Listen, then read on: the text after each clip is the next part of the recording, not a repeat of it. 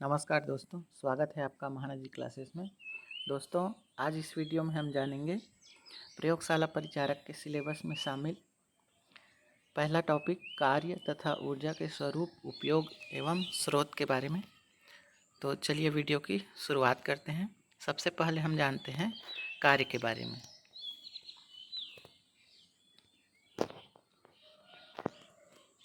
तो कार्य किसे कहते हैं? बल की दिशा में विस्थापन को कार्य कहते हैं।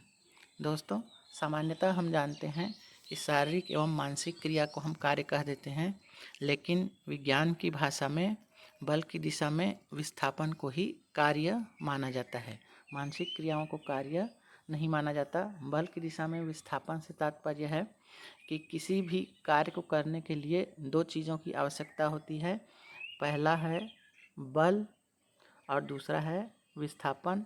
विस्थापन से तात्पर्य है स्थिति में परिवर्तन। जब हम किसी वस्तु पर बल लगाते हैं तो उसकी स्थिति में परिवर्तन होनी चाहिए, यानी वह एक स्थान से दूसरे स्थान पर खिसकना चाहिए।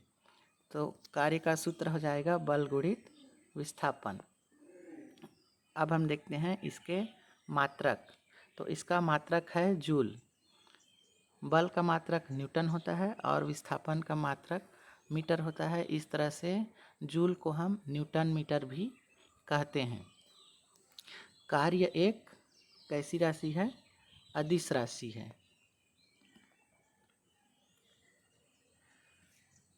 किसी पिंड का विस्थापन शून्य है तो बल द्वारा उस पिंड पर किया गया कार्य शून्य होगा। इसका मतलब है कि जब किसी पिंड पर यानी किसी वस्तु पर हम बल लगाते हैं लेकिन वह अपने स्थान से विस्थापित नहीं होती है तो वह कार्य शून्य माना जाएगा, उसे हम कार्य नहीं कहेंगे।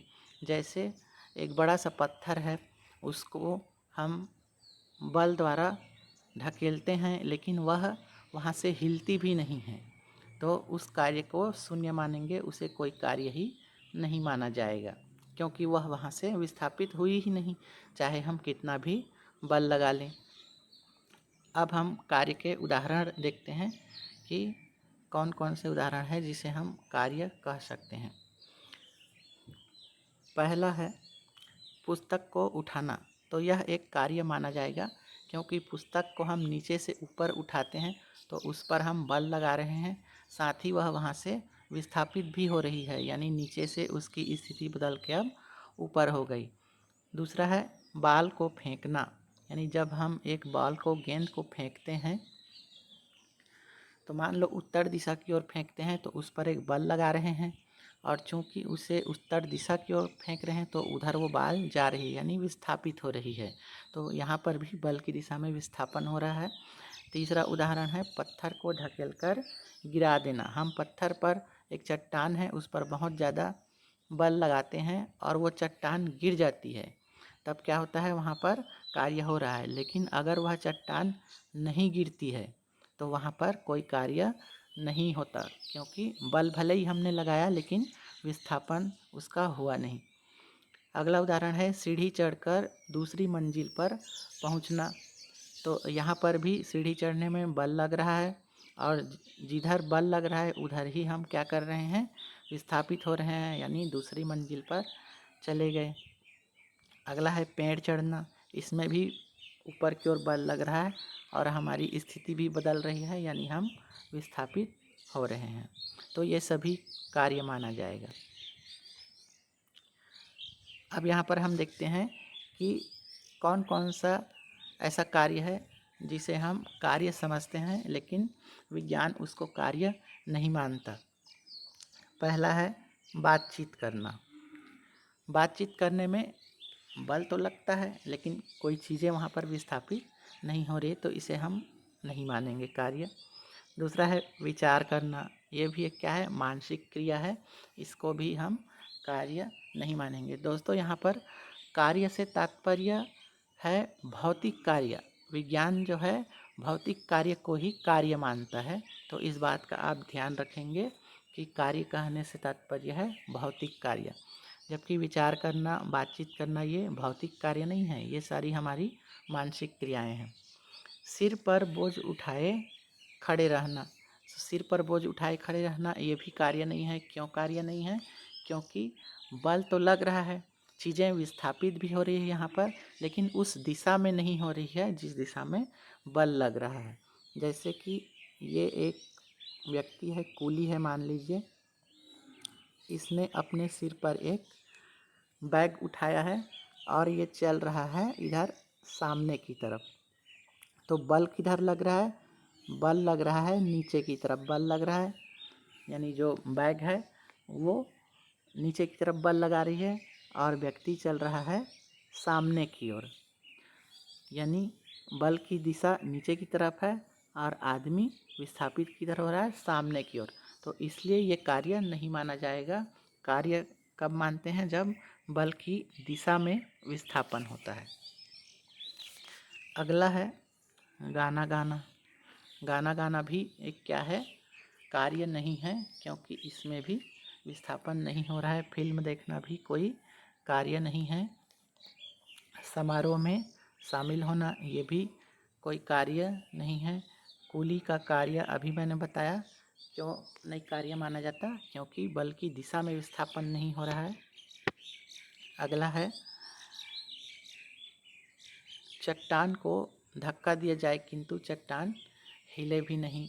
ये मैंने पहले ही क्लियर कर दिया है। तो इन सब कार्यों को हम कार्य नहीं मानते हैं। दोस्तों प्रश्न इसी तरह से आएगा, आपको परिभाषा नहीं पूछी जाएगी, एग्जाम्पल दिया रहेगा और उसमें पूछा जाएगा कि इनमें से किसे हम कार्य कहेंगे। कार्य के प्रकार। तो दोस्तों कार्य के 3 प्रकार होते हैं। पहला धनात्मक कार्य, दूसरा ऋणात्मक कार्य और एक तीसरा होता है शून्य कार्य। अब हम इसको एक एक करके इसके बारे में डिटेल देखते हैं। तो धनात्मक कार्य किसे कहेंगे? जब बल की दिशा में विस्थापन हो, इसकी कंडीशन है ये, जब बल की दिशा में विस्थापन हो तो हम उसे धनात्मक कार्य कहेंगे। इसमें क्या है? जो बल है और विस्थापन है उसके बीच 0 अंश का कोण बनता है। जैसे मान लो यहाँ पर इधर बल लग रहा है और चीज़ें इसी दिशा में विस्थापित हो रही है, तो इन दोनों लाइनों के बीच में कितने अंश का कोण बन रहा है? तो 0 डिग्री का, यानी कोई कोण नहीं बन रहा है। तो हम इसे कहेंगे धनात्मक कार्य। जैसे गाड़ी को खींचना, कोई बच्चा है वो अपने खिलौने गाड़ी को रस्सी से बांध के अपनी ओर खींच रहा है, तो क्या हो रहा है? यहाँ पर बच्चा जिधर खींच रहा है उधर ही बल भी लग रहा है, तो यहाँ पर ये धनात्मक कार्य है। रस्सी को खींचना ये भी सेम चीज़ है।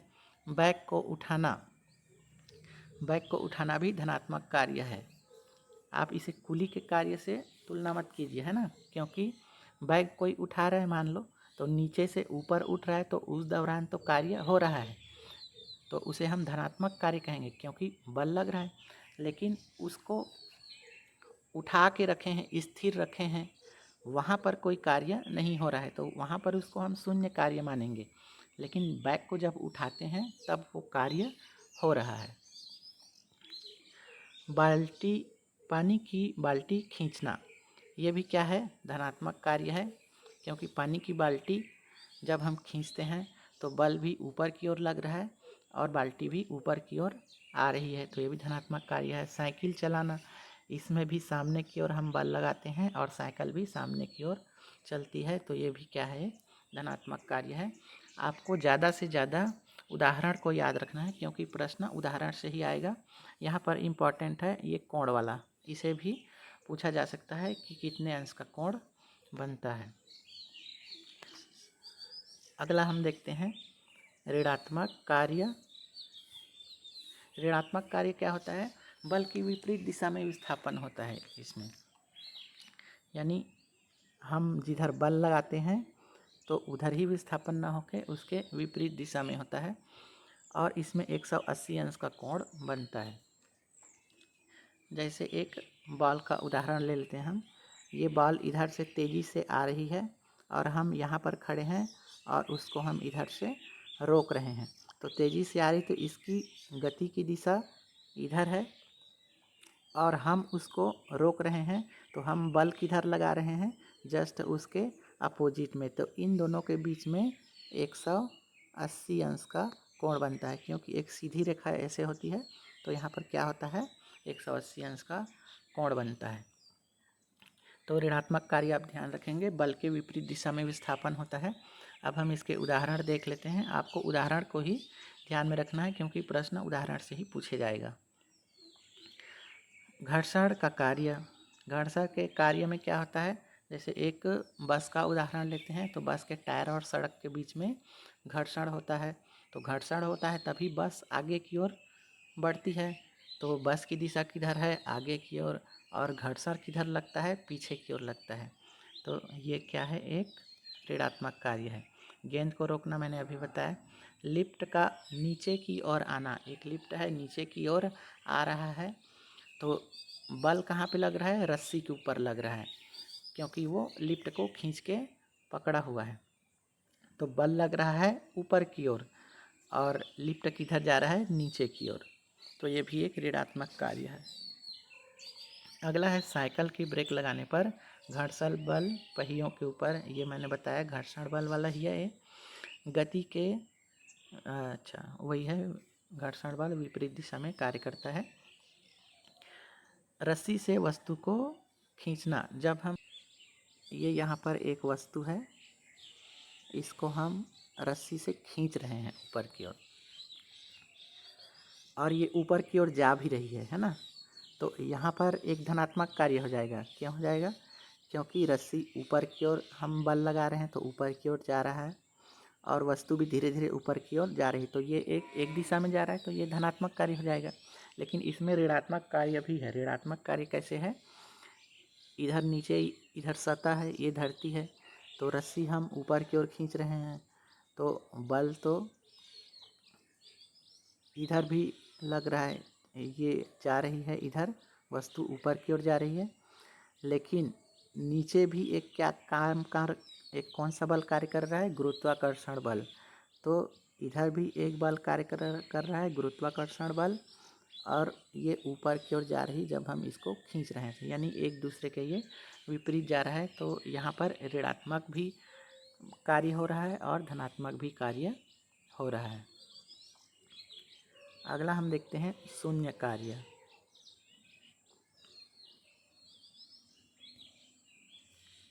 शून्य कार्य, इसमें क्या होता है, बल विस्थापन के लंबवत होता है, यानी बल और जो विस्थापन है वो लंबवत होते हैं। यानी बल मान लो हम ऊपर की ओर लगा रहे हैं और विस्थापित हो रहा है सामने की ओर, तो यहाँ पर 90 डिग्री का कोण बन रहा है। तो शून्य कार्य में 90 डिग्री का कोण बनता है, और बल और विस्थापन एक दूसरे के लंबवत होते हैं। जैसे एक किताब को स्थिर अवस्था में हवा में पकड़े हैं ऊपर उठा के, तो वहाँ पर शून्य कार्य माना जाएगा। लेकिन उसी किताब को अगर हम नीचे से ऊपर उठा रहे हैं, उस दौरान कार्य क्या होगा, धनात्मक कार्य होगा। पृथ्वी की परिक्रमा करते हुए गुरुत्वाकर्षण बल, यानी ये एक पृथ्वी है और इसके चारों ओर मान लीजिए ये क्या है, एक उपग्रह परिक्रमा कर रहा है। तो यहाँ पर शून्य कार्य होगा। क्यों, क्योंकि इसकी गति किधर है, इधर है, सामने की ओर गति कर रही है ऐसे। लेकिन इस पर बल कहाँ कार्य कर रहा है, गुरुत्वाकर्षण बल। पृथ्वी इसको अपने ओर खींचने का प्रयास कर रही है, तो इसे भी, ये भी 90 डिग्री कोण बन गया। तो इसे हम क्या मानेंगे, शून्य कार्य मानेंगे। अगला है दीवार पर धक्का देना। दीवार पर जब हम धक्का देते हैं तो वहाँ से वो विस्थापित नहीं हो रही, तो ये क्या है, शून्य कार्य है। कंधे पर बोझा ढोना, ये बताया कुली वाला कार्य, तो ये शून्य कार्य है। टेबल पर गिलास को रखना, गिलास रखा है मान लो किसी टेबल पर, तो उस पर एक नॉर्मल फोर्स काम करता है। किसी भी चीज़ को हम रखे हैं गिलास को टेबल के ऊपर, तो टेबल जो है गिलास के ऊपर एक सामान्य बल लगा रहा है, लेकिन गिलास क्या है, विस्थापित नहीं हो रही है, स्थिर है वहाँ पर, तो इसलिए यहाँ पर शून्य कार्य माना जाएगा। तो आपको उदाहरण को ही ज़्यादा से ज़्यादा ध्यान में रखना है। तो अभी तक हमने जितना पढ़ा उसका एक बार रिवीजन कर लेते हैं। देखिए कार्य क्या होता है, बल की दिशा में विस्थापन होता है। कार्य बराबर बल गुणा विस्थापन, इसका मात्रक होता है जूल और यह एक अदिश राशि है। जब हम किसी पिंड पर बल लगाते हैं लेकिन वह विस्थापित नहीं होती है तो उस कार्य को शून्य माना जाएगा। फिर हमने इसके उदाहरण देखे, ये सारे उदाहरण है, ये आप देख लीजिए। उसके बाद कौन कौन सा कार्य नहीं माना जाता है उसके हमने एग्जाम्पल आपको बताया। इसके बाद कार्य के प्रकार कितने होते हैं, तो 3 प्रकार होते हैं, धनात्मक कार्य, ऋणात्मक कार्य, शून्य कार्य। धनात्मक कार्य क्या होता है, तो बल की दिशा में विस्थापन होता है और 0 अंश का कोण बनता है। ऋणात्मक कार्य क्या होता है, बल के विपरीत दिशा में विस्थापन होता है और 180 अंश का कोण बनता है। और शून्य कार्य होता है, बल के लंबवत होता है विस्थापन और इसमें 90 अंश का कोण बनता है। तो इतनी चीज़ें आप बिल्कुल कंठस्थ कर लीजिए। अब आगे हम देखते हैं ऊर्जा। तो सबसे पहले हम जानते हैं कि ऊर्जा शब्द किसने दिया, तो ब्रिटिश वैज्ञानिक थॉमस यंग ने दिया। कार्य करने की क्षमता को हम क्या कहते हैं, ऊर्जा कहते हैं। जो वस्तु कार्य करती है उसमें क्या होता है, ऊर्जा की हानि होती है और जिस वस्तु पर कार्य किया जाता है उसमें ऊर्जा की क्या होती है, वृद्धि होती है। तो ये भी आप याद रखेंगे क्योंकि कूट बना के प्रश्न पूछा जा सकता है कि निम्न में से ऊर्जा के संबंध में क्या सही है क्या गलत है। अब आगे हम देखते हैं कि ऊर्जा का मात्रक क्या है। ऊर्जा का मात्रक होता है जूल। जैसे कार्य का मात्रक जूल था वैसे ही ऊर्जा का भी मात्रक जूल है। कभी कभी ऊर्जा के बड़े मात्रक किलो जूल का उपयोग किया जाता है, तो इस बात का आप ध्यान रखेंगे। 1 किलो जूल बराबर होता है 1000 जूल, पूछा जा सकता है। अब आगे हम देखते हैं ऊर्जा के रूप। तो ऊर्जा के बहुत सारे रूप होते हैं, जैसे स्थितिज ऊर्जा, गतिज ऊर्जा, ऊष्मीय ऊर्जा, रासायनिक ऊर्जा, विद्युत ऊर्जा, प्रकाश ऊर्जा, ध्वनि ऊर्जा भी होता है। इस तरह से ऊर्जा के बहुत सारे रूप होते हैं, तो इनको आप ध्यान रखेंगे। आगे बढ़ते हैं। इन ऊर्जा के जो इतने सारे रूप हैं, इन सभी रूपों को हम मुख्यतः 2 प्रकारों में बांट सकते हैं। पहला है गतिज ऊर्जा और दूसरा है स्थितिज ऊर्जा। तो यहाँ पर आप केवल इतना ध्यान रखिए कि स्थितिज ऊर्जा के अंतर्गत कौन कौन सी ऊर्जा आती है और गतिज ऊर्जा के अंतर्गत कौन कौन सी ऊर्जा आती है। तो ये पूछा जा सकता है प्रश्न बनाकर कि इनमें से कौन सी ऊर्जा गतिज ऊर्जा के अंतर्गत आती है और कौन सी ऊर्जा स्थितिज ऊर्जा के अंतर्गत आती है। 3 ऑप्शन इधर से स्थितिज ऊर्जा से दे देगा, एक ऑप्शन दे देगा गतिज ऊर्जा से। अब पूछेगा कि इनमें से गतिज ऊर्जा के अंतर्गत कौन सी ऊर्जा आती है। तो स्थितिज ऊर्जा के अंतर्गत कौन कौन सी ऊर्जा आएगी, तो पहला है रासायनिक ऊर्जा, ये स्थितिज ऊर्जा के अंतर्गत आता है। इसमें नाभिकीय ऊर्जा भी आ जाएगा। संग्रहित यांत्रिक ऊर्जा यानी यांत्रिक ऊर्जा भी आ जाएगा और गुरुत्वीय ऊर्जा। तो ये चारों आप याद रखेंगे, ये स्थितिज ऊर्जा के अंतर्गत आता है। और गतिज ऊर्जा के अंतर्गत आएगा विकिरण ऊर्जा, तापीय ऊर्जा, गति ऊर्जा, ध्वनि ऊर्जा और विद्युत ऊर्जा। तो केवल इसको आपको याद में रखना है। इसके बाद हम ऊर्जा के जो जो स्वरूप हैं उसको आगे एक एक करके उसके बारे में डिटेल देखते हैं।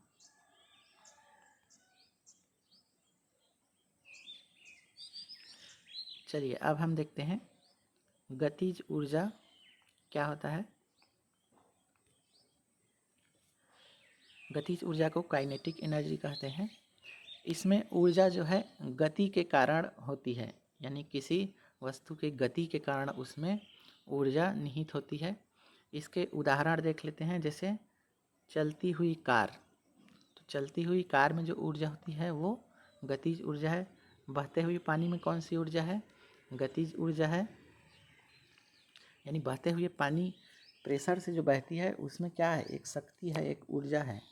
उसके सामने हम किसी चीज़ को रख देंगे तो वो उसको बहा के ले जाएगी। तो वहाँ पर ऊर्जा कौन सी है, गतिज ऊर्जा है। हवा में उड़ता हुआ पंखा, इसमें भी गतिज ऊर्जा है। दौड़ता हुआ व्यक्ति, गति के कारण एक ऊर्जा कार्य करती है। उड़ता हुआ हवाई जहाज, तो ये गतिज ऊर्जा के उदाहरण हैं, इसको आप याद रखेंगे। इसके बारे में अन्य तथ्य देख लेते हैं। यह वस्तु की गति और द्रव्यमान पर निर्भर करता है। यानी ये जो गतिज ऊर्जा है ये वस्तु की गति और द्रव्यमान पर निर्भर करता है। यानी जितनी अधिक गति होगी उतनी अधिक उसमें ऊर्जा होगी, और द्रव्यमान जितना अधिक होगा उतना उसमें गतिज ऊर्जा अधिक होगी। एक उदाहरण से समझते हैं इसको। कोई गाड़ी जो है, मोटरसाइकिल, जितनी तेज़ स्पीड में रहेगी और उसका एक्सीडेंट होता है तो उसको उतना ही ज़्यादा नुकसान होगा। क्यों? क्योंकि उसकी गति बहुत तेज़ होती है, तो उसमें गतिज ऊर्जा भी तेज़ होगी। द्रव्यमान देख लेते हैं कि अगर आप किसी को रुई से फेंक के मारते हैं, एक तकिए से फेंक के मारते हैं, तो उसको कम चोट लगेगी, क्योंकि गति तो उसमें भी रहेगी लेकिन उसमें द्रव्यमान नहीं है, तो इसलिए उसकी गतिज ऊर्जा कम हो जाएगी। लेकिन अगर आप उसी को एक ठोस वस्तु से, पत्थर से फेंक के मारते हैं तो उसको तेज़ लगेगा, क्योंकि पत्थर में द्रव्यमान होता है। तो गतिज ऊर्जा के लिए गति और द्रव्यमान ये दो कारक हैं जिस पर वो निर्भर करता है। यहाँ पर आप गतिज ऊर्जा के सूत्र को याद रखेंगे। गतिज ऊर्जा बराबर होता है 1/2 mv²।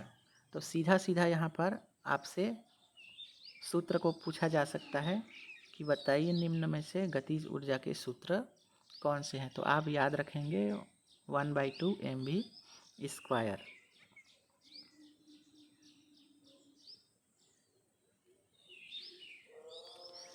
यहाँ पर m जो है वस्तु का द्रव्यमान है किलोग्राम में, और v जो है उसका वेग है मीटर प्रति सेकंड में। अब आगे हम देखते हैं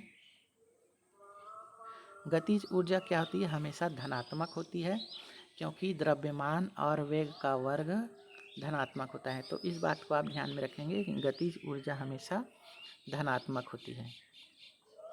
जैसे हमने कार्य में पढ़ा उसमें 3 उसके प्रकार पढ़े, लेकिन यहाँ पर गतिज ऊर्जा केवल धनात्मक होती है। यदि वस्तु स्थिर है तो उस पर कोई भी गतिज ऊर्जा नहीं होगी, वहाँ पर गतिज ऊर्जा क्या होगी, शून्य होगी। वस्तु के वेग में वृद्धि होने पर गतिज ऊर्जा तेजी से बढ़ती है। ये मैंने पहले ही बताया कि गति और द्रव्यमान पर निर्भर करता है। तो यहाँ पर अगर उसमें वेग को बढ़ाएंगे, उसकी गति को बढ़ाएंगे, तो गतिज ऊर्जा भी बढ़ेगी।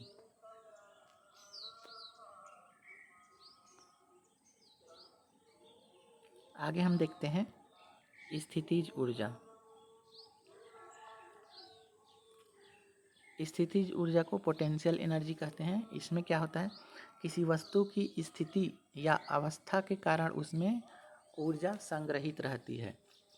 पानी की टंकी को जब हम घर के छत पर रखते हैं तो उसको इसीलिए रखते हैं क्योंकि उसमें स्थितिज ऊर्जा कार्य करती है, जिसके कारण से पानी जो है नीचे आता है। इसके एग्जाम्पल आप देख लीजिए। ऊंचाई पर रखा हुआ पत्थर, खींचा हुआ रबड़ बैंड, यानी रबड़ को दोनों तरफ से हम खींचते हैं और उसको छोड़ते हैं तो बहुत तेज़ लगता है। क्यों लगता है? क्योंकि उसकी स्थिति को हमने बदलने की कोशिश की, उसको खींच के लंबा कर दिया, फिर उसको छोड़ा तो वापस वो अपनी स्थिति में आने का प्रयास की, जिसके कारण से हमें चोट लगी। तो वापस जब वो अपने स्थिति में आने का प्रयास करती है तो वहाँ पर स्थितिज ऊर्जा कार्य करता है। तना हुआ धनुष, इसमें भी क्या है, स्थितिज ऊर्जा है। उसकी स्थिति को हमने क्या किया, बदलने की कोशिश की, तो उसके रस्सी में जो तनाव हुआ वहाँ पर स्थितिज ऊर्जा आ गई। पानी से भरा हुआ टैंक, संपीड़ित स्प्रिंग, यानी स्प्रिंग को जब हम दबाते हैं तो वापस स्प्रिंग अपनी मूल अवस्था में आने की कोशिश करती है, तो वहाँ पर भी क्या होता है, स्थितिज ऊर्जा होता है।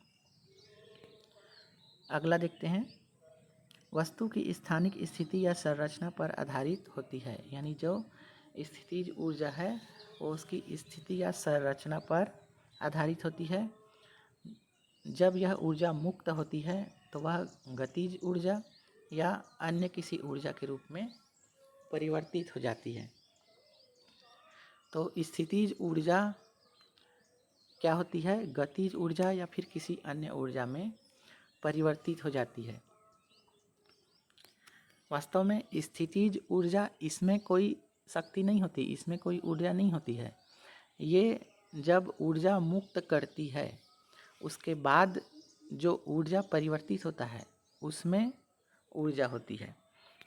तो इतना चीज़ आप ध्यान में रखेंगे। अब हम देखते हैं इसके सूत्र। तो स्थितिज ऊर्जा का सूत्र PE = mgh। पोटेंशियल एनर्जी बराबर होता है mgh। यहाँ m वस्तु का द्रव्यमान है, g गुरुत्वीय त्वरण है और h वस्तु की ऊंचाई है। तो यहाँ पर द्रव्यमान जितना अधिक होगा स्थितिज ऊर्जा उतनी अधिक होगी, गुरुत्वीय त्वरण का मान जितना अधिक होगा तो उसकी भी स्थितिज ऊर्जा उतनी अधिक होगी, और जितनी ऊंचाई पर उसको हम रखेंगे स्थितिज ऊर्जा उसमें उतना ही ज़्यादा होगा।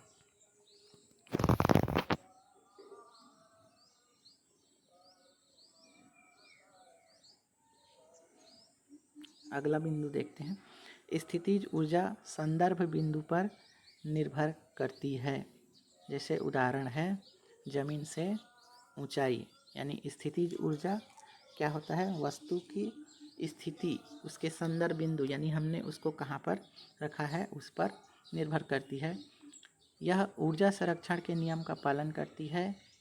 यानी ऊर्जा संरक्षण का नियम क्या होता है कि न तो ऊर्जा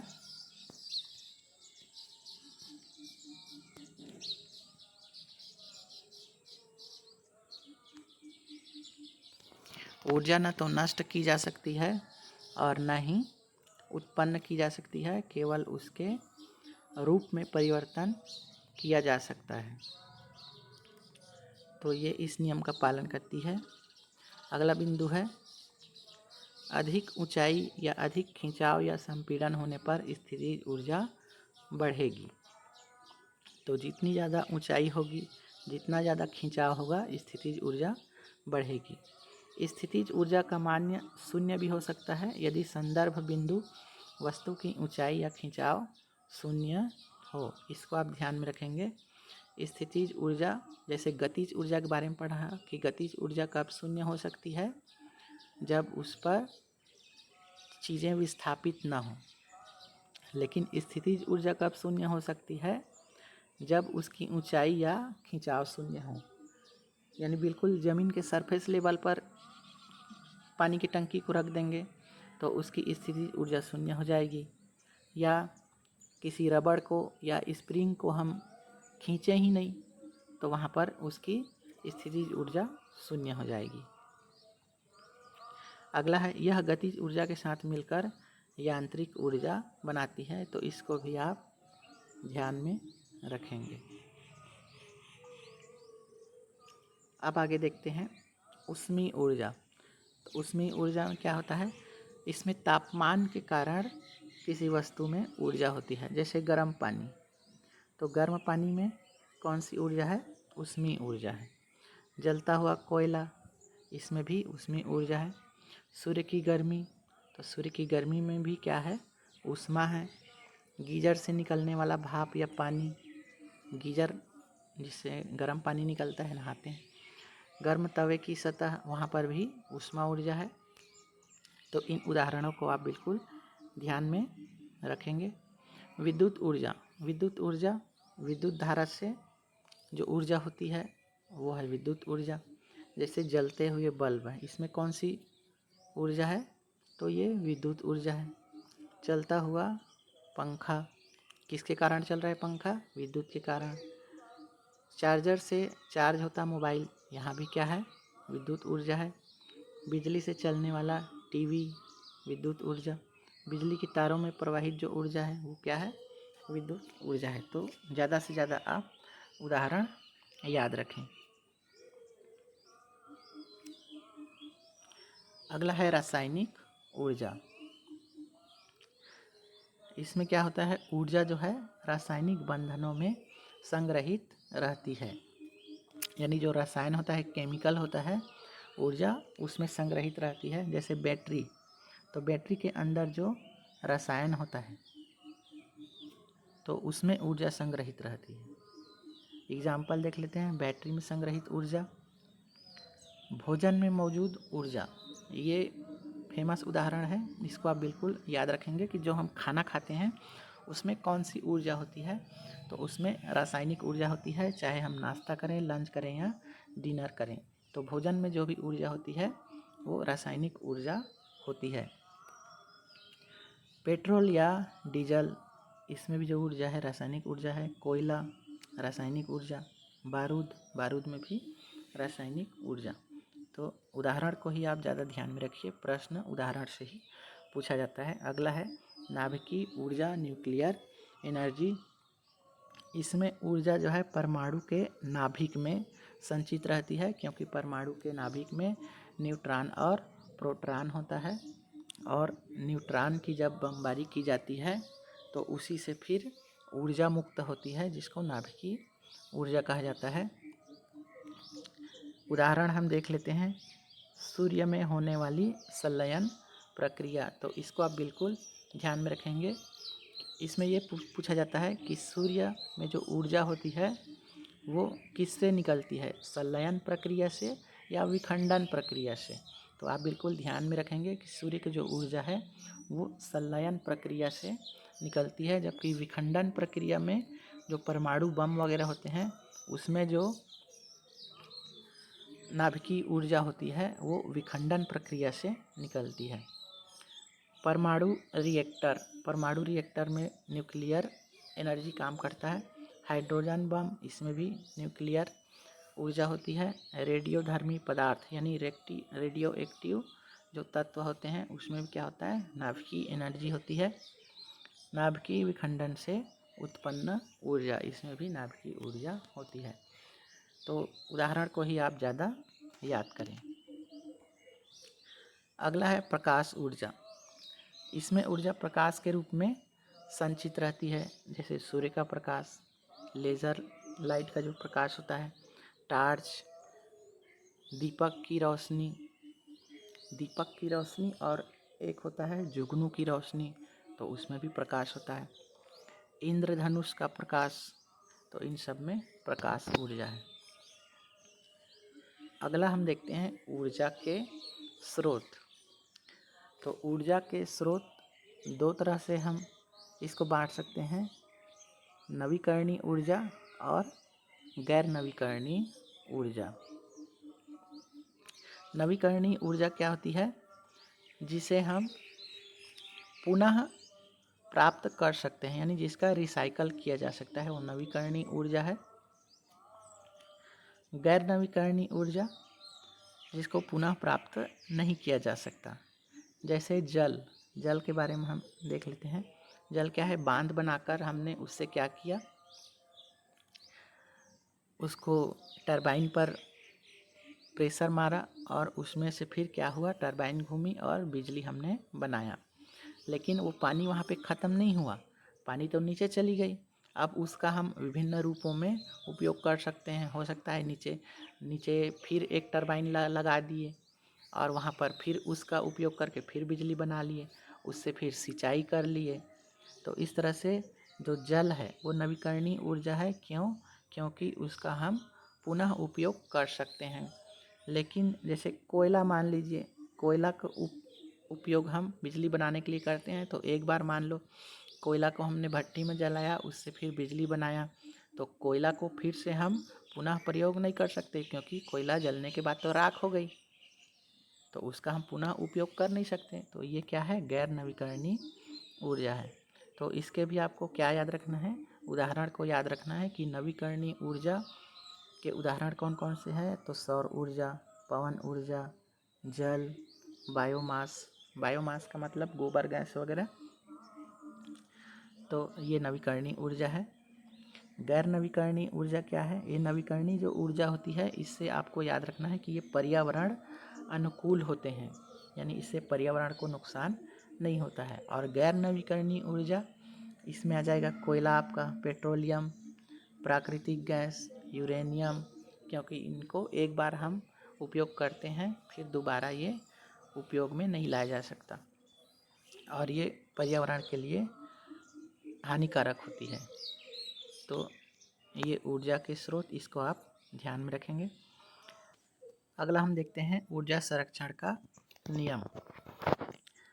ऊर्जा संरक्षण का नियम क्या कहता है कि ऊर्जा न तो बनाई जा सकती है और न ही नष्ट की जा सकती है, यह केवल एक रूप से दूसरे रूप में परिवर्तित होती है। यानी ऊर्जा को हम ना ही बना सकते हैं और ना ही नष्ट कर सकते हैं, उसके केवल रूप में परिवर्तन होता है। जैसे उदाहरण के लिए हम मान लेते हैं कि हमने एक बांध बनाया और वहाँ पर हमने पानी को रोक के रखा और इसके नीचे हमने एक क्या बनाया, टरबाइन बनाया। तो बांध के पानी में जो ऊर्जा है वो कौन सी ऊर्जा है, स्थितिज ऊर्जा है। उसको हम इस टरबाइन पे गिराते हैं, पानी को प्रेशर देते हैं, तो यहाँ पर कौन सी ऊर्जा आ गई, गतिज ऊर्जा आ गई। यानी स्थितिज ऊर्जा बदल के हो गया गतिज ऊर्जा।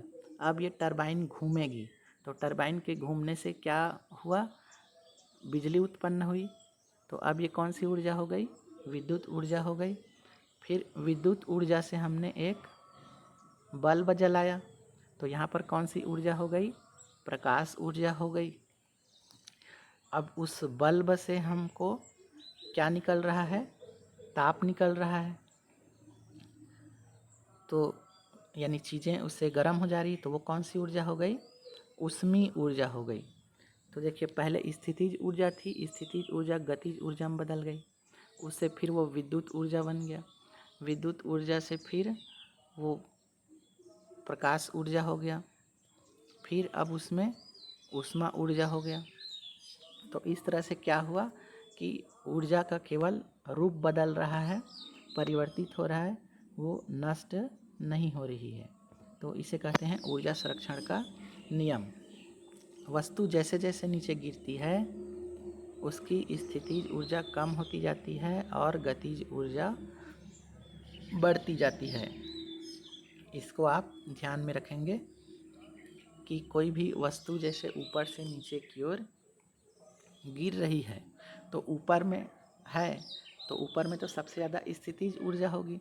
फिर जैसे धीरे धीरे वो नीचे आएगी तो उसकी गति बढ़ेगी, तो गतिज ऊर्जा भी बढ़ेगी, लेकिन उसकी स्थिति क्या है, धीरे धीरे नीचे आ रही है, तो स्थितिज ऊर्जा कम होती जाएगी।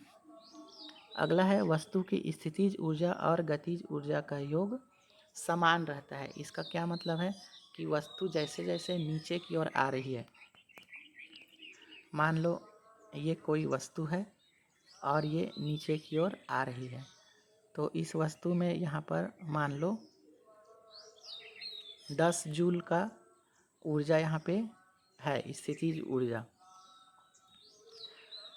और ये वस्तु यहाँ से यहाँ पर आ गई, तो नीचे आ रही है, तो इसकी स्थितिज ऊर्जा क्या हो गई, 8 हो गई मान लो। लेकिन नीचे आई तो उसकी गति बढ़ गई, तो गति बढ़ गई तो गतिज ऊर्जा जो इधर से 2 माइनस हुआ वो क्या हो गया, वो गतिज ऊर्जा में बदल गया। तो यहाँ पर 8 और 2 10, यानी उसकी जो टोटल ऊर्जा है वो यहाँ पर भी 10 ही हो गई। और नीचे आया तो स्थितिज ऊर्जा यहाँ पर मान लो 5 हो गई स्थितिज ऊर्जा, क्योंकि ऊपर से नीचे आ रहे हैं तो स्थितिज ऊर्जा कम हो रही है, लेकिन ऊपर से नीचे आ रहे हैं तो उसका वेग बढ़ रहा है, वेग बढ़ रहा है तो गतिज ऊर्जा बढ़ रही। तो जिधर इतना माइनस होता है स्थितिज ऊर्जा में, उतना ही गतिज ऊर्जा में प्लस हो जाता है। तो इधर 5 हो गया, तो जो माइनस हुआ 5 वो गतिज ऊर्जा में बदल गया। तो यहाँ भी उसकी क्या है, जो ऊर्जा है वो नियत है। तो इसी को बताया गया है कि वस्तु की स्थितिज ऊर्जा तथा गतिज ऊर्जा का योग हमेशा समान रहता है। यानी स्थितिज ऊर्जा कम हो जाएगी तो गतिज ऊर्जा बढ़ जाएगी, गतिज ऊर्जा कम हो जाएगी तो स्थितिज ऊर्जा बढ़ जाएगी, लेकिन उसकी जो ऊर्जा का योग है वो दोनों समान रहता है। तो ये आपको ध्यान में रखना है। किसी वस्तु की गतिज ऊर्जा और स्थितिज ऊर्जा का योग उसकी कुल यांत्रिक ऊर्जा होती है, तो इसको भी आप ध्यान में रखेंगे। यानी जितना उसमें स्थितिज ऊर्जा काम कर रहा है और जितना उसमें गतिज ऊर्जा काम कर रहा है वो उसकी कुल यांत्रिक ऊर्जा होती है।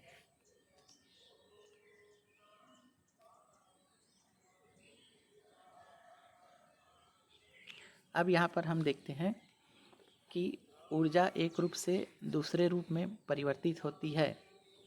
तो हमने पढ़ा कि ऊर्जा संरक्षण का नियम, जिसमें ऊर्जा ना तो उत्पन्न की जा सकती है और ना ही नष्ट की जा सकती है, केवल उसके रूप में परिवर्तन होता है। लेकिन उसमें रूप परिवर्तन के दौरान ऊर्जा की कुछ मात्रा भी क्या होती है, व्यय हो जाती है। तो वो व्यय वो दूसरे ऊर्जा के रूप में होती है। तो उसी को यहाँ पर उदाहरण के द्वारा समझते हैं। जैसे एक टीवी है, तो टीवी में कौन सी ऊर्जा है, तो उसमें प्रकाश ऊर्जा और ध्वनि ऊर्जा है। लेकिन उसमें विद्युत ऊर्जा व्यय कौन सा हो रहा है, तो टीवी व वातावरण में उसमें ऊर्जा। तो टीवी में जो निहित ऊर्जा है वो है प्रकाश ऊर्जा और ध्वनि ऊर्जा। लेकिन उसमें जो नष्ट हो रही है वो कौन सी है, वो उसमें ऊर्जा वहाँ पर व्यय हो रहा है।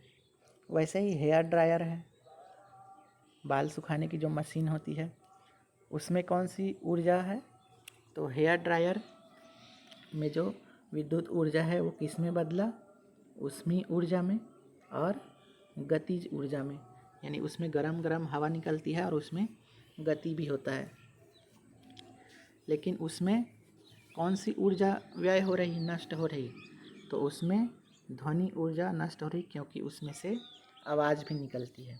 वैसे ही ओवन जिसमें खाना पकाते हैं, तो उसमें भोजन में उसमें ऊर्जा होती है।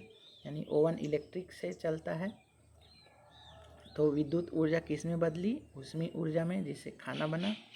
लेकिन उसमें व्यय कौन सी ऊर्जा हुई, तो आवाज़ करती है, तो उसमें ध्वनि ऊर्जा व्यय हुई। और बर्तनों के माध्यम से उसमें ऊर्जा भी व्यय हुई।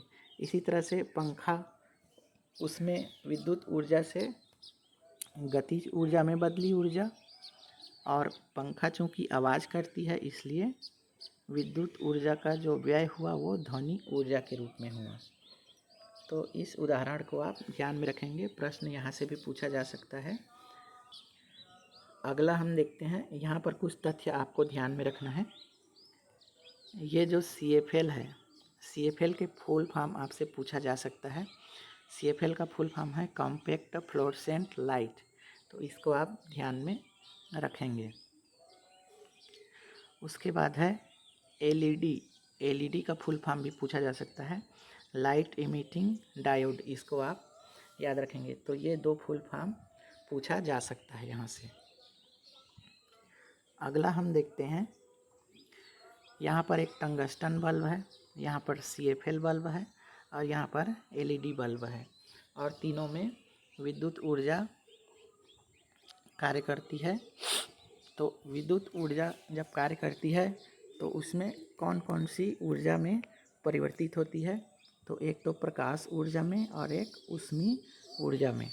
तो किस बल्ब में प्रकाश ऊर्जा कितनी होती है और ऊष्मीय ऊर्जा कितनी होती है, ये आपको ध्यान में रखना है। तो जो बल्ब होता है टंगस्टन बल्ब, इसमें 90% ऊष्मीय ऊर्जा और 10% प्रकाशीय ऊर्जा, इसी को याद रखना है। इसीलिए ये बल्ब बहुत ज़्यादा गर्म होती है और उतनी प्रकाश भी नहीं देती। जो CFL है हमारा, उसमें 30% ऊष्मीय ऊर्जा होती है और 70% प्रकाशीय ऊर्जा होती है। लेकिन जो सबसे बेस्ट होता है वो होता है हमारा LED। इसमें केवल 5% ऊष्मीय ऊर्जा होती है और 95% प्रकाशीय ऊर्जा होती है। इसलिए जो सबसे बेस्ट बल्ब है वो है हमारा LED बल्ब। तो इन परसेंटेज को आपको ध्यान में रखना है। ये तथ्य है जो कि प्रश्न बना के पूछा जा सकता है। आगे हम देखते हैं, किसी एक वस्तु में कई तरह की ऊर्जा हो सकती है। तो कोई भी एक वस्तु है उसमें कई तरह की ऊर्जा हो सकती है, इसको भी आपको ध्यान में रखना है। जैसे टार्च की बैटरी है, तो टार्च की बैटरी में कौन सी ऊर्जा है, तो उसमें रासायनिक ऊर्जा है। और वो रासायनिक ऊर्जा में और कौन सी ऊर्जा है, तो जब बैटरी से कोई बल्ब जलेगा तो उसमें विद्युत ऊर्जा, उसमें प्रकाश ऊर्जा निहित होती है। तो इस तरह से किसी एक वस्तु में कई तरह की ऊर्जा हो सकती है। जैसे पेट्रोल, तो पेट्रोल एक रसायन है, तो इसमें रासायनिक ऊर्जा, इसके साथ ऊष्मीय ऊर्जा और यांत्रिक ऊर्जा भी हो सकती है। डायनामाइट में जो ऊर्जा है वो है रसायन के कारण है, तो ये एक रासायनिक ऊर्जा का उदाहरण है डायनामाइट। लेकिन जब इसमें विस्फोट होगा तो कौन सी ऊर्जा निकलेगी, ऊष्मीय ऊर्जा। और डायनामाइट से क्या कर सकते हैं, विद्युत ऊर्जा भी बना सकते हैं। इसी तरह से है बांध का पानी, तो बांध के पानी में स्थितिज ऊर्जा होती है जो बदलता है गतिज ऊर्जा, और गतिज ऊर्जा बदलेगा विद्युत ऊर्जा में। इसी तरह से तबले में यांत्रिक ऊर्जा से ध्वनि ऊर्जा में बदल जाता है, यानी तबला को जब हम पीटते हैं तो वो क्या हो गया, यांत्रिक ऊर्जा, और उससे जो आवाज़ निकली वो हो गई ध्वनि ऊर्जा। तो इसको भी आप ध्यान रखेंगे। अगला है ऊर्जा का प्रारंभिक रूप और अंतिम रूप और उसके उदाहरण। तो ये भी तथ्य है, इसको भी आप ध्यान में रखेंगे क्योंकि प्रश्न कहीं से भी पूछा जा सकता है। कि पानी की टंकी है और उसमें से पानी नीचे आता है, तो उसमें प्रारंभिक ऊर्जा कौन सी है, तो स्थितिज ऊर्जा है। अंतिम ऊर्जा कौन सी है, गतिज ऊर्जा है। वैसे ही यहाँ पर पूछा जा सकता है कि हथेलियों को आपस में रगड़ने पर हथेली गर्म हो जाती है, तो उसमें प्रारंभिक ऊर्जा कौन सी है, तो यांत्रिक ऊर्जा है। अंतिम ऊर्जा है ऊष्मीय ऊर्जा। स्प्रिंग को जब दबाते हैं, तो स्प्रिंग को दबाते हैं तो प्रारंभिक ऊर्जा यांत्रिक ऊर्जा हो गई, और अंतिम ऊर्जा है स्थितिज ऊर्जा। तो इस तरह से यहाँ से प्रश्न बनाया जा सकता है।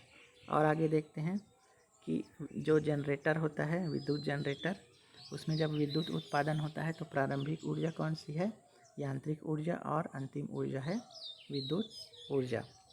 इसी तरह से टार्च का जलना, टार्च जब जलता है तो प्रारंभिक ऊर्जा है रासायनिक ऊर्जा, अंतिम ऊर्जा है प्रकाश ऊर्जा। अगला देखते हैं, चाकू का किसी पत्थर पर टकराना। जब चाकू किसी पत्थर पर टकराती है उसमें प्रारंभिक ऊर्जा यांत्रिक ऊर्जा हो गई, और अंतिम ऊर्जा कौन सी हो गई, ध्वनि ऊर्जा हो गई, क्योंकि टकराने से ध्वनि भी निकलती है। प्रकाश ऊर्जा भी हो गई क्योंकि उसमें से चिंगारी भी निकलती है, और ऊष्मीय ऊर्जा भी हो गई क्योंकि वो गर्म भी होती है। फिर है इस्त्री का गर्म होना। आयरन जो हम कपड़े पर करते हैं, तो इसमें प्रारंभिक ऊर्जा विद्युत ऊर्जा हो गई और अंतिम ऊर्जा उसमें ऊर्जा हो गई। तो ये सारे तथ्य आपको ध्यान में रखना है।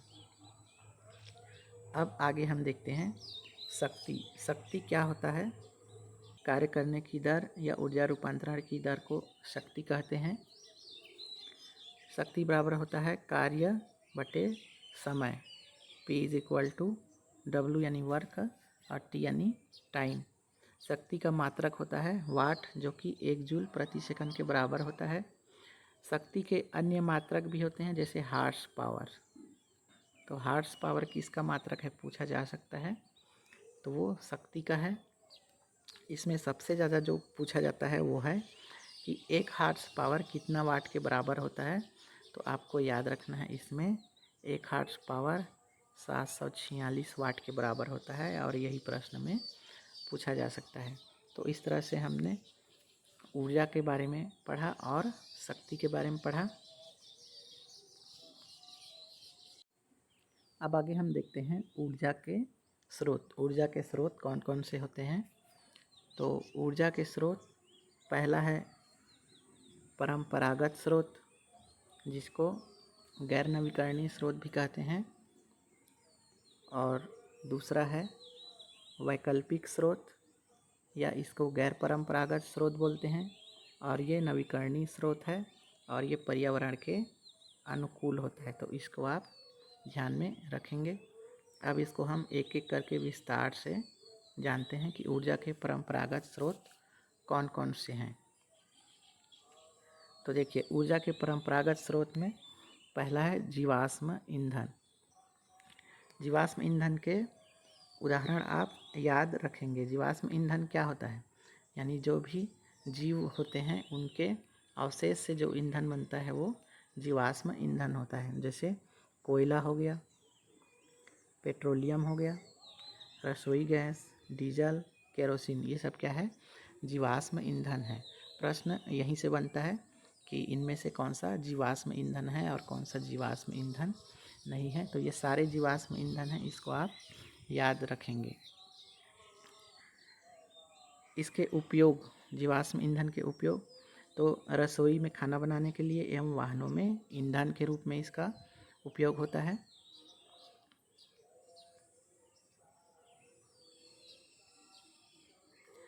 विद्युत उत्पादन में भी जीवाश्म ईंधन का उपयोग होता है, जैसे कोयला से बिजली बनाते हैं।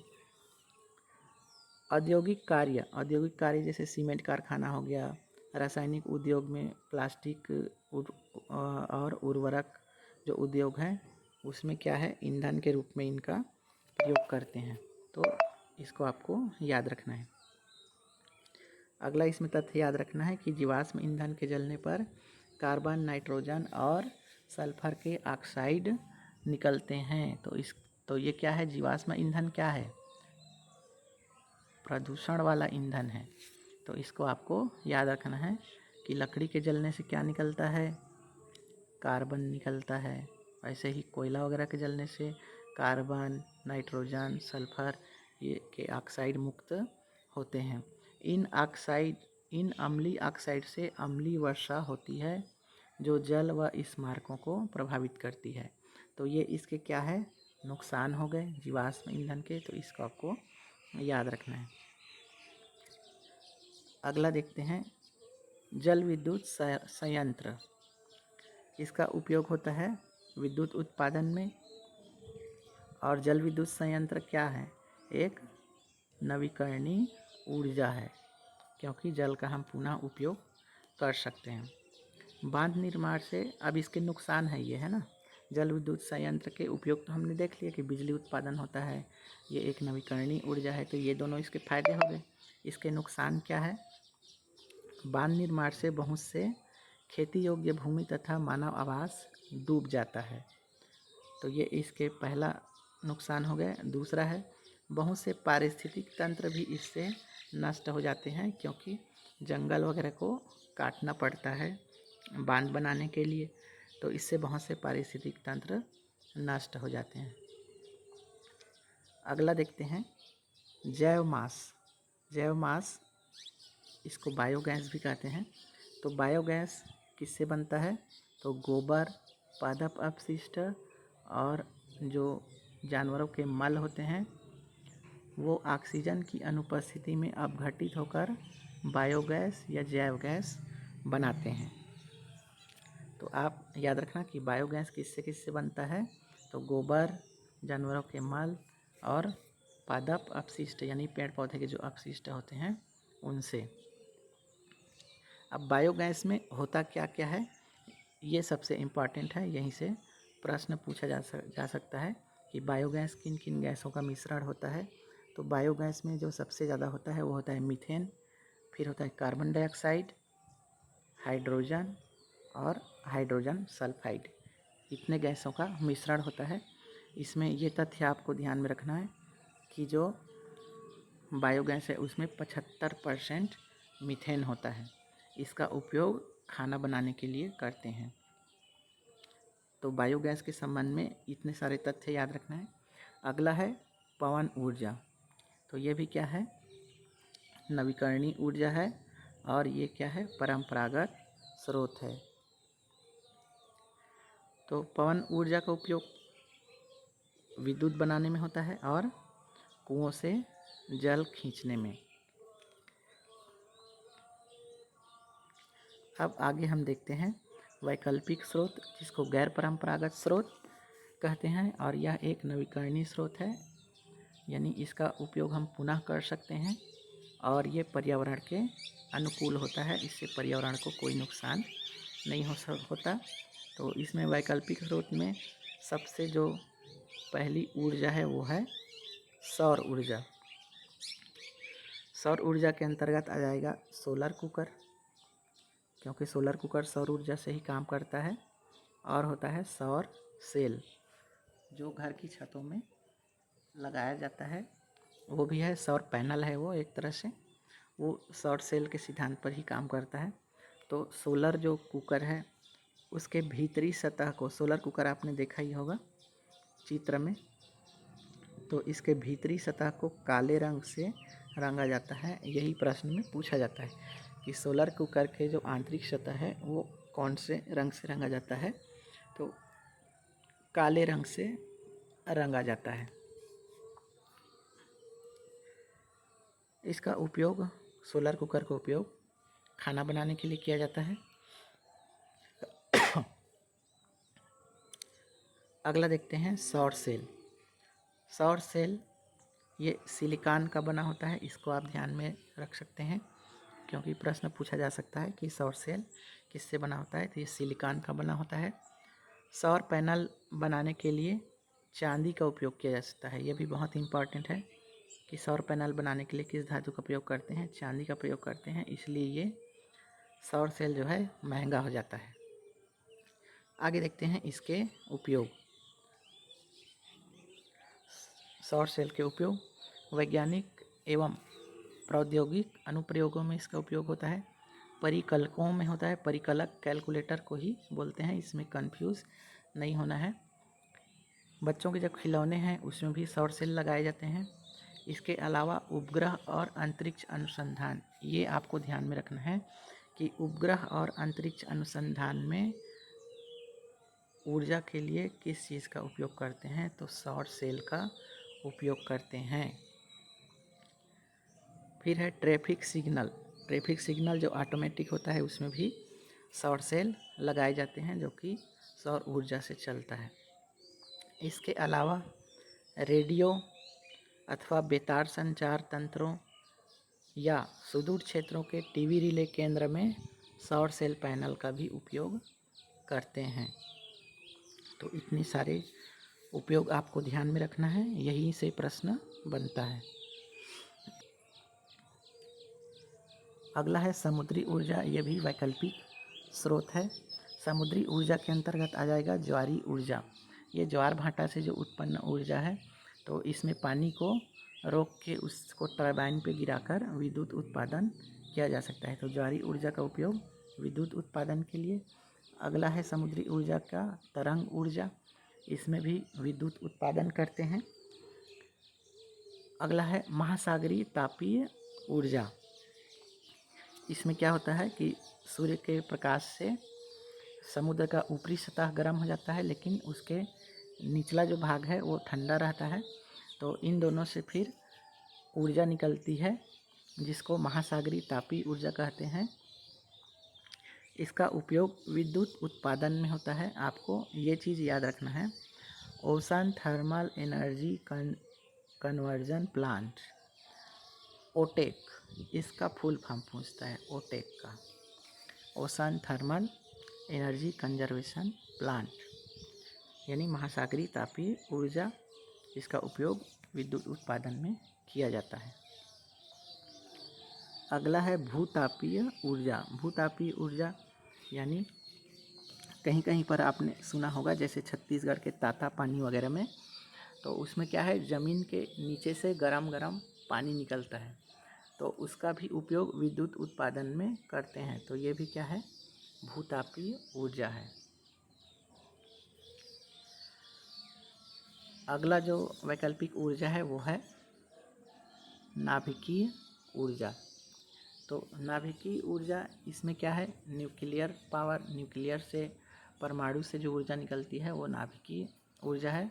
ये दो सिद्धांत पर काम करता है। एक होता है नाभिकीय विखंडन और एक होता है नाभिकीय संलयन। नाभिकीय विखंडन में क्या होता है कि जो यूरेनियम है उस पर न्यूट्रॉन की बमबारी की जाती है। तो इसमें आपको याद रखना कि नाभिकीय विखंडन में कौन सा यूरेनियम उपयोग में लाते हैं, तो यूरेनियम 235 इसी को पूछते हैं। तो यूरेनियम 235 आपको याद रखना है। इस पर न्यूट्रॉन की बमबारी की जाती है, जिससे 3 नए न्यूट्रॉन उत्पन्न होते हैं और इससे जो ऊर्जा मुक्त होती है उसे ही नाभिकीय ऊर्जा कहते हैं। इसका उपयोग कहाँ पर होता है, तो परमाणु बम बनाने में और परमाणु विद्युत गृह, जहाँ से बिजली उत्पन्न की जाती है। तो यहाँ पर प्रश्न कैसे पूछेगा, पहला नाभिकीय विखंडन या नाभिकीय ऊर्जा में यूरेनियम का कौन सा रूप उपयोग में आता है, तो यूरेनियम 235। दूसरा प्रश्न पूछा जा सकता है कि परमाणु बम या परमाणु विद्युत गृह वो किस सिद्धांत पर काम करता है, तो वो नाभिकीय विखंडन के सिद्धांत पर काम करता है। परमाणु विद्युत गृह में ईंधन के रूप में क्या प्रयोग में लाते हैं, तो यूरेनियम, प्लूटोनियम और थोरियम। इसमें आपको याद रखना है कि ये जो थोरियम है ये कहाँ पर मिलता है, तो ये भारत के केरल के समुद्री तट पर मिलता है। किस में मिलता है, तो मोनोजाइट बालू पाया जाता है वहाँ पर, उसमें मिलता है। इसमें ईंधन के रूप में मुख्य रूप से यूरेनियम 235 का उपयोग करते हैं। अगला हम देखते हैं नाभिकीय संलयन। इसमें क्या होता है, दो हल्के नाभिक मिलकर एक भारी नाभिक का निर्माण करते हैं जिससे ऊर्जा मुक्त होती है। तो ये होता है नाभिकीय संलयन। इसके उदाहरण देख लेते हैं। जैसे सूर्य में जो ऊर्जा होती है या तारों में जो ऊर्जा होती है वो नाभिकीय संलयन के कारण होती है। इसी तरह से हाइड्रोजन बम ये किस सिद्धांत पर काम करता है, तो नाभिकीय संलयन के सिद्धांत पर काम करता है। अब हम देखते हैं इसके उपयोग।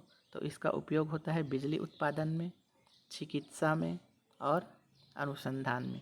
तो इतना आपको ध्यान में रखना है। इसमें जो सबसे इम्पॉर्टेंट है वो है नाभिकीय संलयन, ये आपको याद रखना है, और नाभिकीय विखंडन। इसमें पूछा जाता है कि सूर्य एवं तारे की जो ऊर्जा है वो किसके कारण है, तो वो नाभिकीय संलयन के कारण है।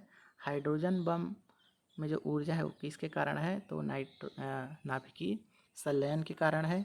इसी तरह से पूछा जाता है कि परमाणु बम में जो ऊर्जा है वो किसके कारण है, तो वो नाभिकीय विखंडन के कारण है। तो इसको आपको ध्यान में रखना है। परमाणु बम नाभिकीय विखंडन, हाइड्रोजन बम नाभिकीय संलयन, सूर्य और तारों में जो ऊर्जा है वो है नाभिकीय संलयन।